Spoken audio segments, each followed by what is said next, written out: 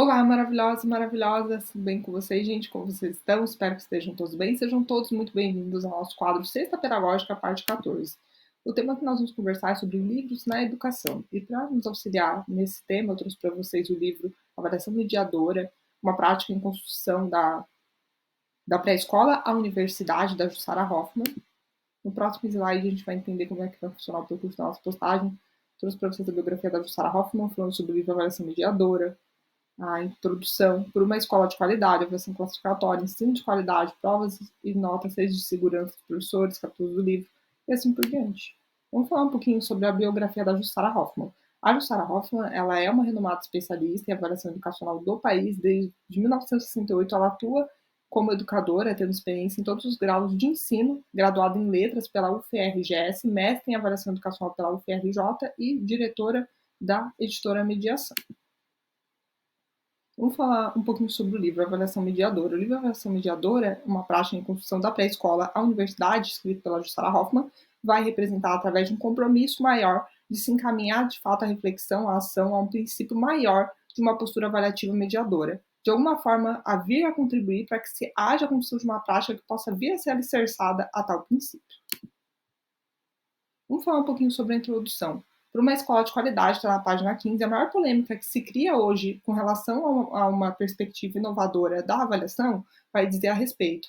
A melhoria da qualidade do ensino, acredito que mesmo que não poderia iniciar discutindo esse tema antes de abordar tal questão. Muitos fatores vão dificultar a prática educacional, já tão criticada dentre muitos, desaponta sobre a maneira, a crença dos professores e todos os graus de ensino, a questão da manutenção da ação avaliativa classificatória enquanto garantia de um ensino de qualidade que resguarde um saber competente dos alunos, e assim por diante. A primeira pergunta refere-se à crença no sistema tradicional de avaliação, como responsável por uma escola competente, uma visão bastante saudosista da escola, exigente, rígida e disciplinadora, detentora de um conhecimento que, no entanto, não se encontra respaldo na realidade com a qual nos deparamos nesse momento.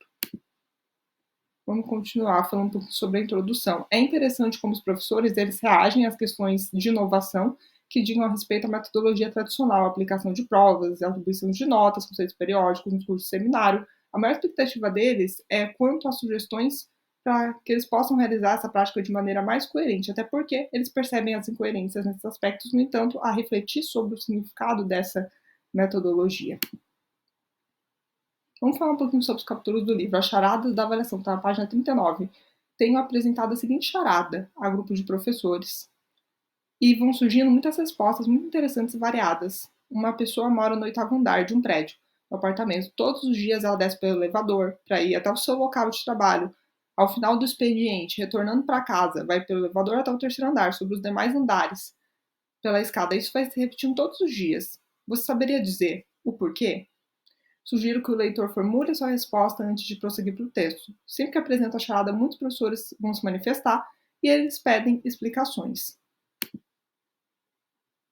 Continuando os capítulos do livro. Por que um aluno não aprende? Está na página 42. O que eu pretendo sugerir é que os professores eles passaram muitos anos buscando a subjetividade e a precisão, as respostas certas para os problemas de aprendizagem dos alunos. Pouco se disse, não sei, as situações complexas enfrentadas e muito se buscou em manuais e regimentos a justificativa para a tomada de decisões sobre as situações extraordinárias com os alunos. E assim por diante. Capítulos do livro. Os responsáveis pelo fracasso, o professor, aluno ou sociedade, está na página 39.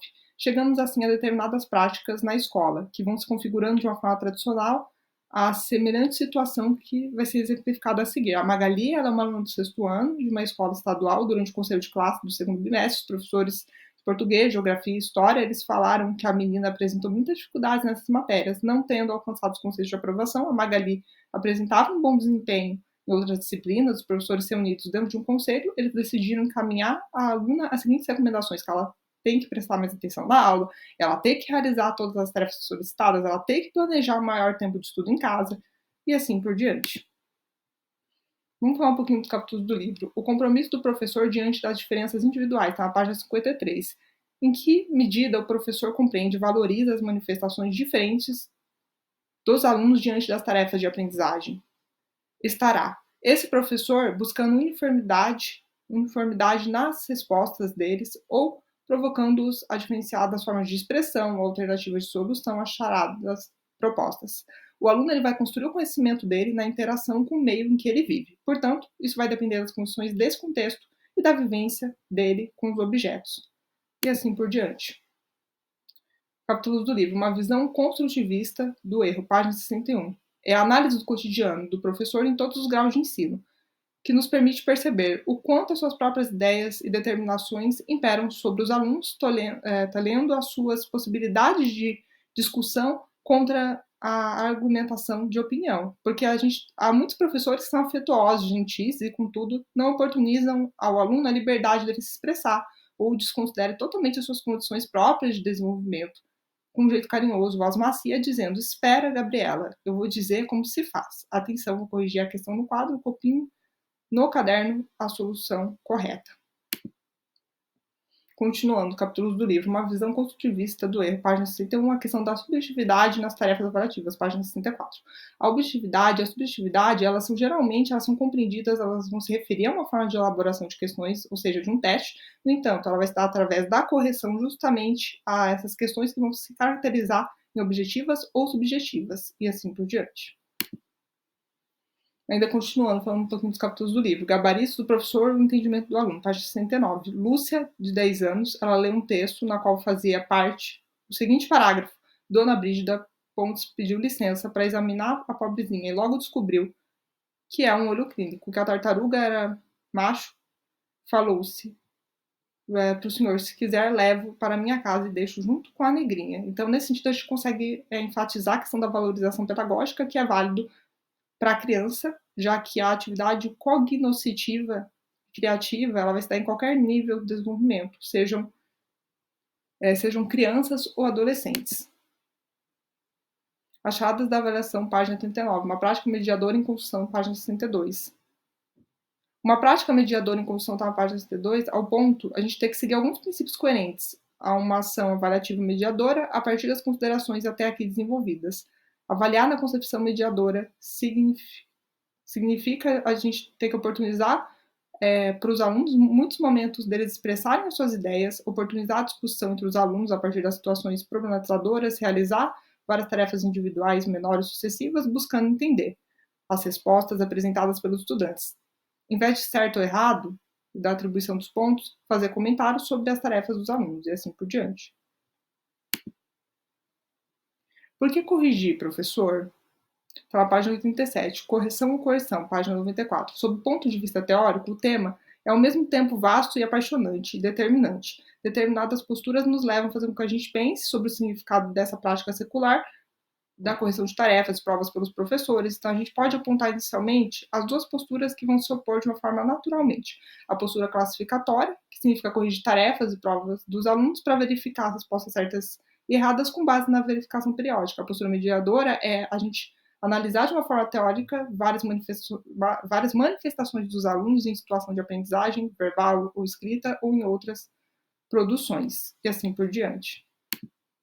Agora eu trouxe para vocês uma reflexão para a gente refletir um pouquinho, né, sobre a avaliação mediadora, que a gente está falando sobre livros na educação, no nosso quadro Cesta Pedagógica. O que a gente pode aprender com a avaliação mediadora? Que a avaliação mediadora ela vai auxiliar dentro do processo de ensino e aprendizagem do aluno. O professor ele é um mediador no processo de ensino e aprendizagem, enquanto o aluno ele é o protagonista do seu aprendizado, porque ele vai buscar refletir sobre o que ele está aprendendo.